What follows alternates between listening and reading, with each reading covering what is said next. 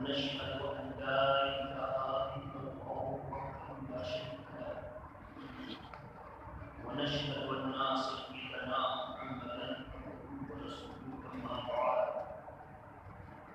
فأعوذ بالله من الشيطان الرجيم بسم الله الرحمن الرحيم والذي جاء بالصدق وصدق به وقال الله تبارك وتعالى في القرآن المجيد والله غني وأنتم الفقراء وإن تتولوا يستبدل قوما غيركم ثم لا يكونوا أمثالكم صدق الله العظيم وبلغنا رسوله النبي الأمين المكين الكريم.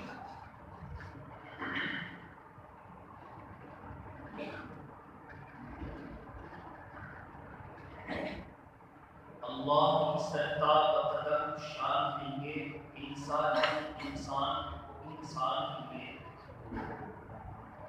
قرآن کو ایمان بتاتا ہے انہیں ایمان کے کہتا ہے میری جان دیں گے. سبحان اللہ. اور وہی رب ہے جس نے تجھ کو ہمدن کرم بنایا. وہی رب ہے جس نے تجھ کو ہمدن کرم بنایا. مانے کو تیرا آسمان بتایا ہے بتایا. سبحان اللہ. عزیزان ملت اسلامیہ، آج کی اس محفل نور میں ہم اور آپ اپنے رب کے حضور اس کی بندگی کے لیے حاضر ہیں. اسی موقع پر اپنے اسلاف کی روش پر عمل کرتے ہوئے اپنے معبود حقیقی کا پیغام آپ کے سامنے اپنے الفاظ کے ساتھ پیش کرنے کی کوشش کرتا رہا ہوں اور کوشش کرتا رہوں گا. گزشتہ جمعہ کو 22 جمادی الثانی کی نسبت سے جس دن سرکار امیر المومنین خلیفۃ المسلمین سیدنا ابو بکر صدیق رضی اللہ تعالی عنہ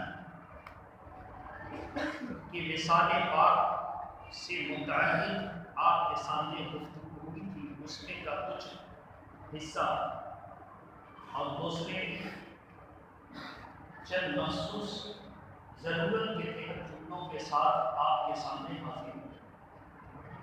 کون سیدنا ابو بکر صدیق رضی اللہ تعالی عنہ؟ وہ سیدنا ابو بکر صدیق رضی اللہ تعالی عنہ جن کے سر پر اس نازک دور میں مسلمانوں امیر المومنین بننے کی ذمہ داری آئی کہ اللہ کے پیارے نبی کا ابھی تازہ مثال ہوا. جسد مبارک ابھی موجود ہے اور فتنہ پردازوں نے فتنہ پردازوں کی بنیاد پر خلافت کا مسئلہ چھیڑ دیا، جبکہ اللہ کے پیارے نبی صلی اللہ علیہ وسلم کی تدفین عمل نہیں آئی. اب فتنہ یہ ہوا کہ انصار کی طرف سے دعوے داری آ گئی کہ ہم نے حضور کو اپنی آنکھوں اور سر پر بیٹھایا تھا اور اللہ کے پیارے نبی نے ہم سبوں کو مکہ کے مسلمانوں اور مدینہ شریف کے مسلمانوں کے ساتھ مواخات یعنی عقد مواخات کیا تھا، بھائی چارگی کی صورت میں ایک دوسرے کا بھائی بنایا تھا۔ وہ کیسا بھائی؟ اللہ کے پیارے نبی کے ساتھ جتنے مکہ شریف سے ہجرت کر کے صحابہ گئے تھے، نہ اپنا گھر تھا نہ زمین تھی، تو کتنے دن تک مہمان رہتے؟ 3 دن۔ تو اللہ کے نبی نے فرمایا کہ اے انصار یعنی مدینہ کے واسیوں، رہنے والوں، تم ان مکہ سے آنے والے بھائیوں کو اپنا بھائی بناؤ۔ تو ایسا بھائی بنایا، ایسا بھائی بنایا کہ اس کی مثال عدیم النظیر ثابت ہو گئی، یعنی کہیں مل نہیں سکتی ایسی مثال کہیں۔ کیسی مثال؟ وہ سنیے۔ ایک صحابی مدینہ شریف کے انصار اسی لیے کہتے ہیں کہ انہوں نے جی جان سے مدد کی۔ انصار نصر کا مطلب ہوتا ہے، گرامر کی کتاب میزان شریف اور مرشد جب پڑھیں گے تو اس میں صاف لکھا ہوگا، فارسی میں یہ کتاب ہے لیکن گرامر عربی ہے، زبان اس کی فارسی ہے۔ النصر والنصرت یعنی مدد کرنا، اسی سے بنا ہے انصار۔ ایسی مدد کی کہ کہا یا رسول اللہ یہ میرے بھائی، کہا ہاں۔ مکہ سے آنے والے بھائیوں نے کہا کہ میرے بھائی انصار، ہم آپ پر بوجھ نہیں کریں، آپ کچھ مال دے دیجیے، بازار بتا دیجیے، ہم دن بھر محنت کریں اور جو بکری ہوگی مضاربت کے قانون کے مطابق فائدہ آپ لے لیجیے، فائدہ ہم لے لیں، نقصان ہو تو ہم دونوں کا نقصان ہو، فائدہ ہو تو۔ اور اگر یہ کہتے کہ فائدہ صرف میرا نقصان تمہارا تو کیا ہوتا؟ سود۔ کیا ہوتا؟ مال دینے والا مان دیا کہ 1 لاکھ روپیہ تم لو، 10,000 روپیہ مہینہ ہم کو دے دینا، کیا ہے یہ؟ 1 روپیہ مہینہ لے لینا، کیا ہوگا؟ اور اگر یہ کہہ دیتا کہ 1 لاکھ روپیہ لے جاؤ، نفع ہوگا تو بھی سمجھیں گے اور نقصان ہوگا تو یہ کیا ہو گئی؟ مضاربت پر تجارت، جس میں نفع نقصان دونوں کو راس المال والے کو برداشت کرنا ہوگا۔ راس المال میں نے پونجی، جس نے پونجی دی دونوں کو برداشت، اور اگر نقصان کو نہ برداشت کرے صرف فائدہ سے مطلب ہو تو کیا ہوگا؟ بہرحال تو میرے محترم بزرگ اور دوستوں، فرمایا کہ بھائی یہ سب آپ ہی کا ہے، آپ لے جائیے، جیسے ہم نفع لاتے ہیں اپنے گھر میں دیتے ہیں، آپ میرے مال کی قیمت دے دیں گے، پورا نفع آپ دیں۔ ایسا کوئی ملے گا؟ مال دینے والا کہتا مال لے جائیے، آدھا نفع میرا آدھا آپ، نقصان ہوگا تو برداشت کریں۔ لیکن آج کے ظلم کے دور میں یہ مال لے جاؤ، نفع کماؤ، نفع ہم کو تو نقصان سے ہم کو کوئی مطلب نہیں، ہم کو پیسہ دینا، یہ ظلم ہے، یہ ظلم ہے۔ درود شریف پڑھیں، اللہم صلی اللہ علیہ وسلم،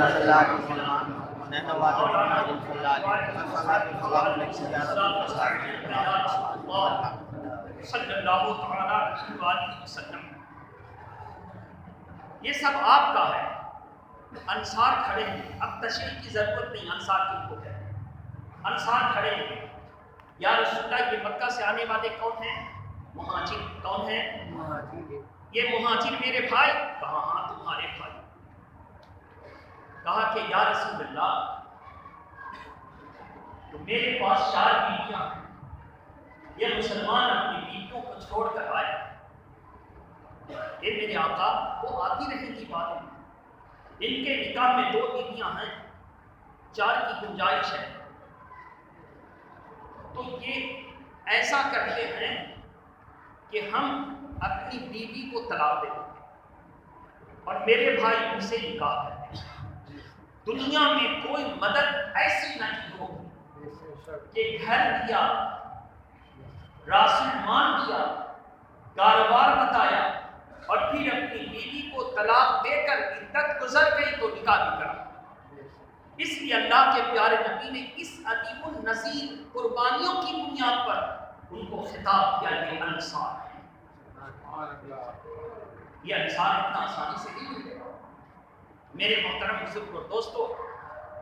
بہرحال تو اب انصار قبیلے اوس اور قبیلے خزرج اس میں دو ہیں، جو پہلے یہودیوں میں تھے بعد میں مسلمان۔ اب یہ دونوں آگے ہیں، کہا کہ اللہ کے پیارے نبی کے غلاموں میں سے ہم بھی ہیں، اگر امیر المومنین قریش مکہ والوں میں سے ہوگا تو نائب مدینہ والوں میں سے ہونا چاہیے، نائب مدینہ والوں سے۔ اور میری تو خواہش یہ ہے کہ نائب نہیں، دونوں ہم پلہ، امیر المومنین جو بنے گا ایک مکہ کا ایک مدینہ شریف کا، دونوں ہم پلہ، دونوں کا حکم چلے گا۔ صحابہ اکرام میں عمر فاروق اعظم کھڑے ہیں اور قرآن مجید کی آیت کریمہ پڑھی، آلہتم الا اللہ لفسدتا ربی، اللہ کا قانون ہے کہ اگر زمین پر آسمان پر دو بادشاہ ہوں یعنی دو خدا، تو دونوں خدا میں آپس میں جھگڑا ہوگا، دو خدا نہیں ہو سکتا۔ کیوں کہ ایک کہے گا ہوا چلے گی، دوسرا کہے گا نہیں چلے گی، ایک کہے گا بارش ہوگی، دوسرا کہے گا نہیں ہوگی۔ تو اللہ کا قانون ہے کہ زمین و آسمان کا مالک ایک خدا ہے، اس لیے ایک خدا ہے تو سسٹم بھی ایک رہے گا۔ ایسا کبھی نہیں ہو سکتا کہ مسلمانوں کا والی دو ہو اور سسٹم بدل جائے، کیونکہ یہ دونوں انسان ہی تو ہیں، نفسیات تو ہے، کہیں نفسیات میں آ گئے تو امیر المومنین بعد میں نفس کی لڑائی پہلے شروع ہو جائے، اس لیے کہ ایک ہی امیر المومنین رہیں گے چاہے جو۔ اور پھر اس کی پوری تشریح کی کہ اللہ کے پیارے رسول نے کیا پسند کیا تھا، تم کیا پسند کرتے ہو۔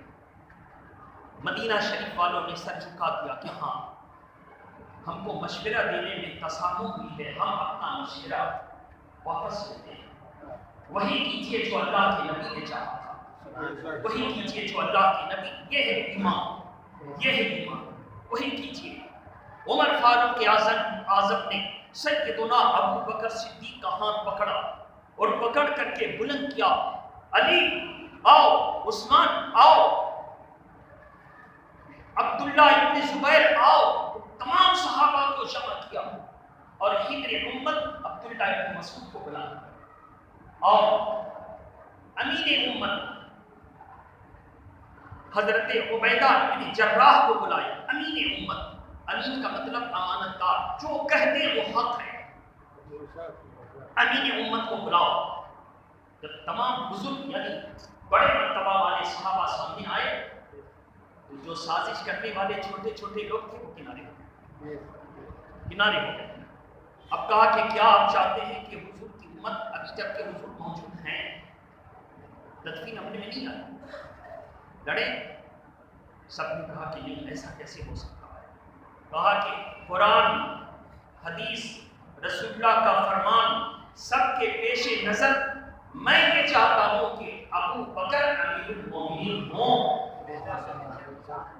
سب نے کہا بہت اچھا، لیکن دل کی تشفی کے لیے کچھ اور کہیں گے۔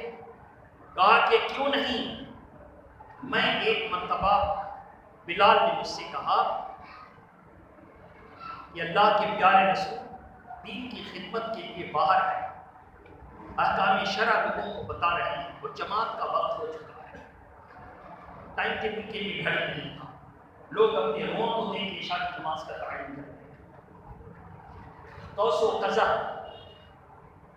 ریمبو غائب ہو چکی ہے، عشاء کا وقت شروع ہو گیا۔ اللہ کے نبی نے فرمایا ہے کہ اگر میری امت پر گراں نہیں گزرتا، بھار نہیں ہوتا، تو میں عشاء کو رات کے آدھے حصے تک مؤخر کر دیتا، یعنی عشاء کی نماز تاخیر سے کرتا، یہ آدھی رات گزر جائے۔ لیکن امت پر گرا ہے تو اس کو پہلے کر دیا جائے، لیکن اتنا پہلے نہیں کہ یہ آخری رات کی فضیلت کھو دی جائے، اس لیے عشاء کی نماز تاخیر سے ہو جائے۔ اور بعض لوگ کہتے ہیں سب جگہ 12:30 بجے جماعت ہوتی ہے، آپ کے یہاں ظہر کی نماز 1:30 بجے ہوتی ہے۔ کسی حد تک یہ صحیح ہے اور سب سے زیادہ صحیح نہیں تو اللہ کے پیارے نبی نے فرمایا کہ ظہر کی نماز حرارت اور گرمی کو دور کر کے پڑھو، یعنی جب سورج کی تمازت کم ہو جائے تب ظہر کی نماز پڑھو۔ کم سے کم ہم لوگ تو ان سے بہتر ہے جو 12:30 بجے تک، ان سے تو بہتر ہے۔ تو بہرحال یہ فضیلت ہے۔ ویسے وقت شروع ہو گیا، جب چاہے جماعت کریں، آپ کے لیے قانون ہے، لیکن فضیلت ہے کہ مستحب وقت کا خیال رکھا جائے۔ بہرحال تو میں موجود تھا، بلال ابن رباح، کون بلال؟ موصل سے، انہوں نے کہا کہ حضرت اگر آپ مسلمان کی امامت کرتے تو میں امام پڑھ دوں۔ امیر المومنین مصلی امامت پر آ گئے۔ امیر المومنین کے ساتھ کون؟ عمر فاروق اعظم۔ اللہ کے پیارے نبی جب تشریف لائے تو دیکھا عمر نماز پڑھا رہے ہیں۔ عمر کہتے ہیں میں نے سنا، دوسرا ہوتا تو حسد جلن میں آ جاتا۔ اللہ کے نبی فرما رہے تھے، میں جماعت میں تھا، میرے نبی فرما رہے تھے کہ اللہ اور اس کے بندے، اللہ اور اس کے بندے اس بات پر راضی ہیں کہ ابو بکر ان کا امام ہو۔ بتاؤ، میں مصلی امامت کروں، میں خود راضی ہوں، حسد میں میں جلا بنا نہیں۔ اس دن سے مجھ کو ابو بکر پر رشک ہوا کہ ابو بکر میری ساری زندگی کی نیکیاں لے لے، میری ساری زندگی کی نیکیاں لے لے۔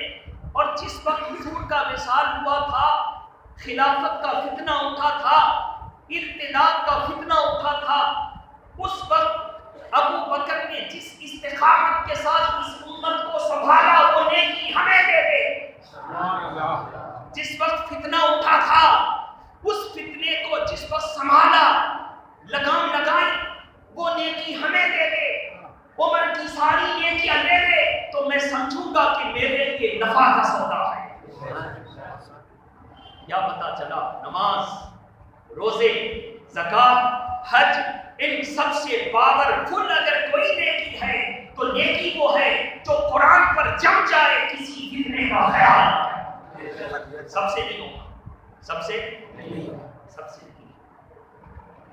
سیدنا ابو بکر سے پوچھا گیا، بھئی آپ کو نماز کی دعوت دی جائے تو آپ تو آ جائیں گے؟ اعلان کیا جائے کہ جنازے کی نماز ہوگی تو سب لوگ سر چھوڑ کے کھڑے ہو جاتے ہیں نا، آگے کہ نہیں آگے؟ بولی آگے نا۔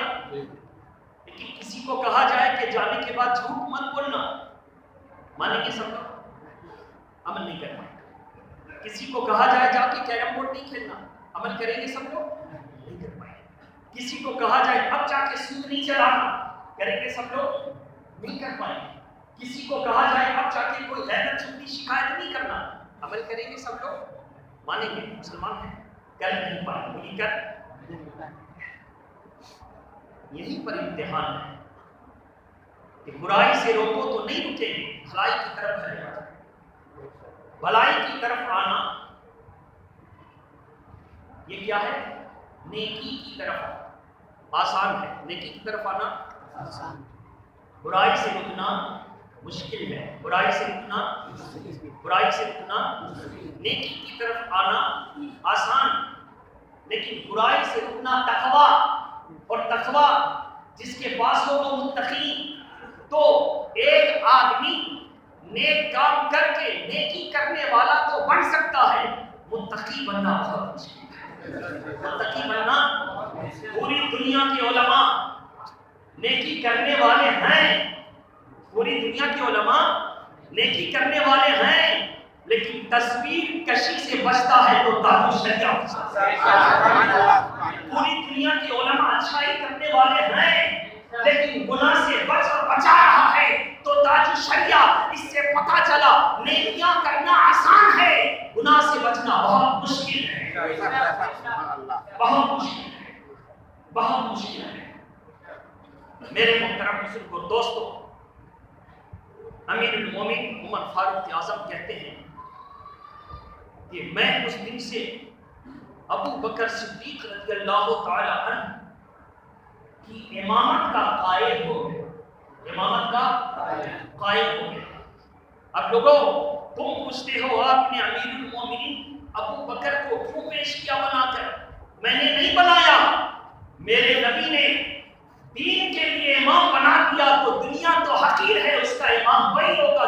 کا امام ہو۔ میرے نبی نے تو اعلیٰ عہدے کے لیے چنا، ہم تو ادنا عہدے کے لیے چن رہے ہیں۔ سیدنا ابو بکر صدیق کی کاندھے پر جب حقیقی خلافت کی ذمہ داری آئی تو سب سے پہلا فتنہ تھا اقتدار۔ لوگ زکوٰۃ دینے سے منکر ہو رہے تھے۔ میں نے آپ کو بتایا امیر المومنین عمر فاروق اعظم نے کہا کہ ابھی چھوڑ دیجیے، اتنا جلدی آپ ان کے اوپر سختی مت کیجیے، آپ نئے نئے بنے ہیں۔ لوگ ایسے ہی جو ہے ابھی حضور کے بعد بڑے غمگین ہیں، معاملہ مانیں گے۔ کہا کہ اگر حضور کے سامنے ایک بکری کا بچہ بھی زکوٰۃ میں دیتے تھے تو میں جنگ کر کے ان سے لے لوں گا۔ اور جنگ ہوئی، بہت سے مرتد مارے گئے، اور ابو بکر صدیق رضی اللہ تعالیٰ عنہ کی اس عمل کی بنیاد پر تمام صحابہ نے ساتھ دیا کہ جب وہ آگے بڑھ گئے ہیں تو اب جو ہو وہی انہی کے ساتھ ہم رہیں۔ لوگوں نے کہا آپ نے تو مخالفت کی تھی کہ جنگ مت کیجیے، ابو بکر جنگ کے لیے آگے بڑھ گئے تو آپ نے ساتھ کیوں کیا؟ کہا کہ میں نے مشورہ دیا تھا، وہ میرے امام ہیں، امیر المومنین ہیں، جب آگے بڑھ گئے تو پیچھے چلنا یہ حضور نے ہم کو حکم دیا تھا، اب ہم مخالفت نہیں کر سکتے۔ مشورہ دیا تھا، وہ ہیڈ ہیں، سردار ہیں، مانے نہ مانے۔ اور جب جنگ ختم ہوا، پھر امن و امان ہوا، تو اب صحابہ کرام آپس میں ایک دوسرے سے کہتے ہیں اگر اس وقت ہم لوگ ڈر جاتے تو اسلام کمزور ہوتا۔ ابو بکر کا جو فیصلہ تھا وہی صحیح تھا، ابو بکر کا جو فیصلہ تھا وہی صحیح تھا۔ کیسے یہ بات ہوئی؟ جو لوگ زکوٰۃ دینے سے منکر ہو گئے تھے، بہت سے لوگ توبہ کر کے بھی اسلام میں آ گئے۔ انہوں نے کہا جانتے ہو جب انہوں نے لشکر کشی کر دی تو ہم لوگ سمجھ رہے تھے کہ اسلام کمزور ہو گیا، حضور کا وصال ہو گیا، ابھی اسلام خود غم میں ہے، حملہ نہیں کریں گے۔ لیکن جب انہوں نے حملہ کر دیا تو ہمارا دل جو مضبوط تھا وہ دل کمزور ہو گیا، اور ہم نے یہ محسوس کیا کہ جب اسلام کی کمزوری کی عالم کا یہ طاقت ہے تو جب یہ طاقتور ہوگا تو اس کے توانائی کا ہوگا۔ تب لوگوں نے کہا کہ یقیناً ابو بکر صدیق کا ذہن جہاں پہنچتا ہے وہاں کسی کا ذہن نہیں پہنچتا۔ وہ سیدنا ابو بکر صدیق، توجہ چاہوں، ایک اور فتنہ آیا، وہ فتنہ آج بھی شیعوں کی کتاب میں ہے۔ باغ فتق کا ایک مسئلہ آیا اور حدیث قرطاس، بڑے بڑے علماء نے اس پر بہت بحث کر کے تم صالح اور صحیح مسئلے کو پیش کیا۔ باغ فتق وہ یہ ہے کہ بعض لوگوں نے حضرت علی اور فاطمہ کو ابو بکر صدیق سے لڑانے کی پوری کوشش کی۔ اس کو علی اور فاطمہ کو کن کے مقابلے میں؟ ابو بکر صدیق رضی اللہ تعالی عنہ، سب پر اللہ راضی، لڑانے کی کوشش کی۔ سیدہ فاطمہ کو بھی حضور کے وصال سے چند دن ہوئے اور ان کی طرف سے آواز اٹھائی گئی، ان کی طرف سے کہ اللہ کے پیارے نبی کا جو باغ تھا، فاطمہ بیٹی ہے ان کو دے۔ فاطمہ باغ کی پراپرٹی کس کی ہو؟ اور بچوں کی ہو، کامن بات ہے، لیکن ایسا نہیں ہے، قانون ہے۔ سیدہ فاطمہ پہنچی ابو بکر کے پاس، پہلے گئی اپنی امی عائشہ صدیقہ جو حضور کی بیٹی ہے، اور عائشہ صدیقہ کو ابو بکر کی بیٹی، ان سے مشورہ کیا۔ انہوں نے کہا کہ آپ جو کہتی ہیں صحیح ہے، آپ بیٹی ہیں، لیکن اس بارے میں نے حدیث پاک سنا ہے، بہتر یہ ہے کہ آپ امیر المومنین میرے ابا ابو بکر سے بات کیجیے۔ گئی اور کہا کہ میرے ابا کی پراپرٹی میری ہو جائے۔ کہا کہ بیٹی تم میری پوری زندگی لے لو، تم جو بولو گی میں کما کے دے دوں گا، میں کما کے مزدوری کر لوں گا، بوجھے لوگوں کا اٹھاؤں گا اور مزدوری تم کو دے دوں گا، لیکن وہ باپ مت مانگو۔ کہا کہ کیوں؟ ابا کی چیز ہم کیوں نہ لیں؟ کہا بیٹی کو باپ مانگو، میں نے اللہ کے پیارے رسول سے سنا ہے کہ انبیاء کی ملکیت، انبیاء کے وصال کے بعد وہ صدقہ ہے، اور صدقہ آل رسول پر حرام۔ بات سمجھ میں آیا؟ میں حرام کام میں تمہاری مدد کیسے کر سکتا ہوں؟ بات ان کے سمجھ میں آ گئی، وہ چپ سے گھر میں بیٹھ گئے، وہ چپ سے گھر میں بیٹھ گئی۔ ہاں میں یہ کر سکتا ہوں کہ وہ باغ کے مالک تم نہیں ہوگی، تمہاری کوئی بہنیں، ان کے شوہر نہیں ہوں گے، یہ کروں گا۔ اللہ کے پیارے نبی ظاہری حیات مبارکہ میں اس باغ کی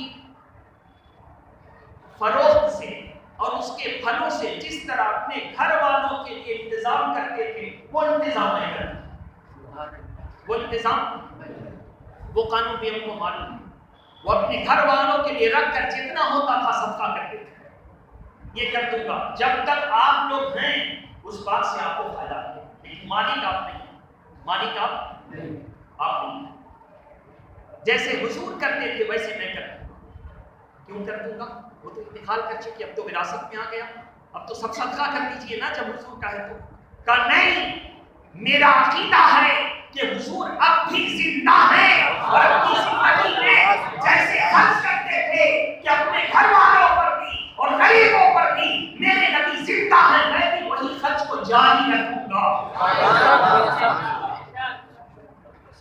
آدھی بات سے وہاں بھی خوش ہو گئے، نیٹ پہ یہ تقریر جائے کہ وہ خوش ہو گئے کہ چلو اتنا تو مان گئے کہ حضور چلے گئے، اب یہ مان ان کا صدقہ، اتنا تو مان گئے، اتنا سے تو مان گئے، مولانا صاحب تو مان گئے کہ حضور انتقال کر گئے، یہ مان صدقہ۔ اب آخری والی تقریر کا جو حصہ ہے اس سے ان کے سینے پر تلوار چل رہی ہوگی، وہ کون؟ ابو بکر کا فیصلہ۔ حضور زندہ ہیں اور اپنی زندگی میں جیسے باپ کو خرچ کرتے تھے، میں بھی ویسے ہی کروں گا۔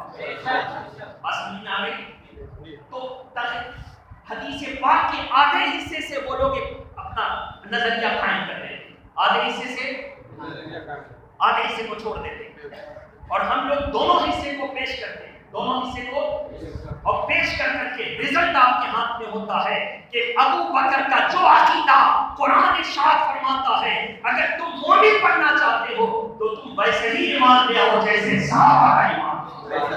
قرآن مجید سورہ بقرہ کی آیت کریمہ فَإِنْ آمَنُوا بِمِثْلِ مَا آمَنْتُمْ فَقَدِ اهْتَدَوْا، جیسے صحابہ کا ایمان تھا اگر ویسے تم ایمان لے آؤ تو تم کامیاب ہو، تم کامیاب ہو۔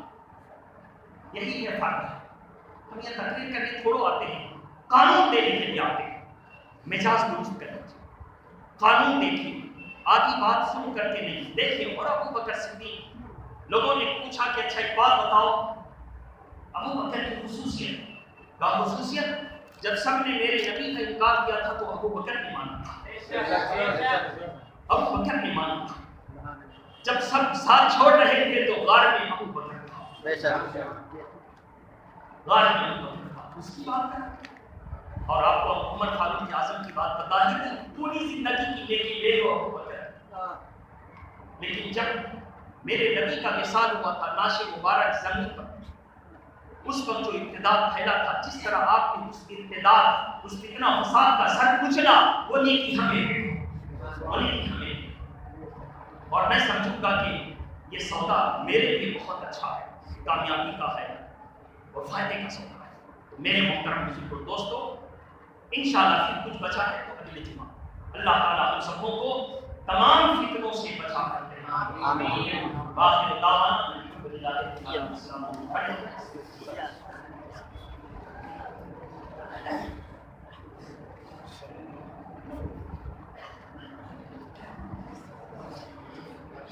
Thank you.